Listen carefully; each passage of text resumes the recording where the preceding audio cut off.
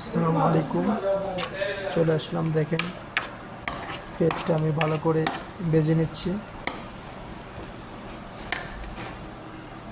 তারপর আমি এখানে দিয়ে দিচ্ছি আপনারা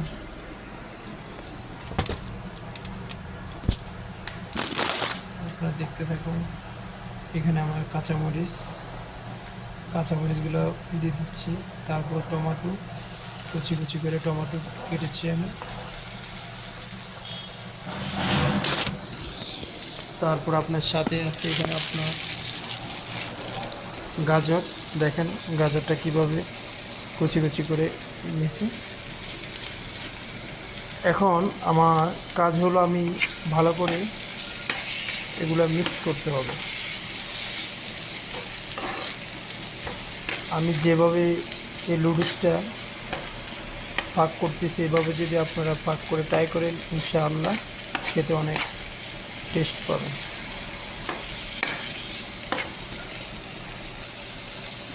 তারপর এখানে হালকা একটু আপনার টমেটো সস, বেশি না।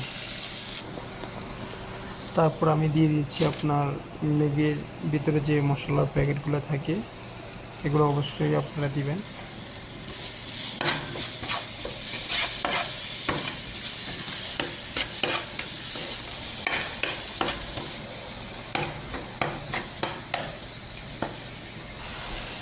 মোটামুটি আমার পাক দেখেন আপনারা শেষ পর্যায়ে। এখন আমি এখানে ডিম ঢেলে দেব। ডিমটা আমি কীভাবে প্রসেসিং করতেছি আপনার সাথে থাকুন। আমি এগুলো অ্যাকসেপ্ট করে নিয়েছি, ঠিক আছে।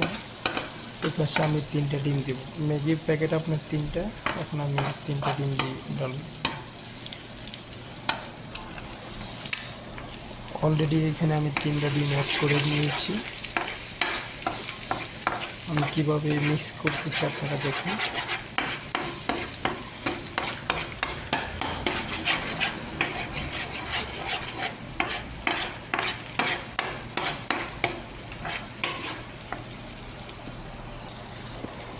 ডিম, তারপর আপনার টমেটো, পেঁয়াজ আমি এগুলো একসাথে করে ফেলছি। এখন একটু পরে নুডলস ঢেলে দিব।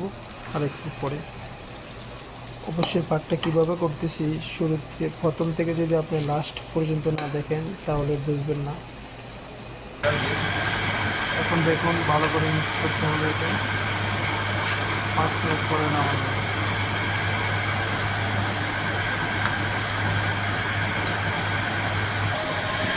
ইনশাআল্লাহ দেখুন মোটামুটি পাক শেষ পর্যায়ে। এভাবে ফলো করবেন, ইনশাআল্লাহ আশা করি নুডলস খেতে মন চাইবে আপনাদের। ভালো থাকবেন সবাই, সুস্থ থাকবেন। আমার পেজটা সবাই ফলো দিবেন, কমেন্ট করবেন, লাইক করবেন ইনশাআল্লাহ। আসসালামু আলাইকুম ওয়া রাহমাতুল্লাহ।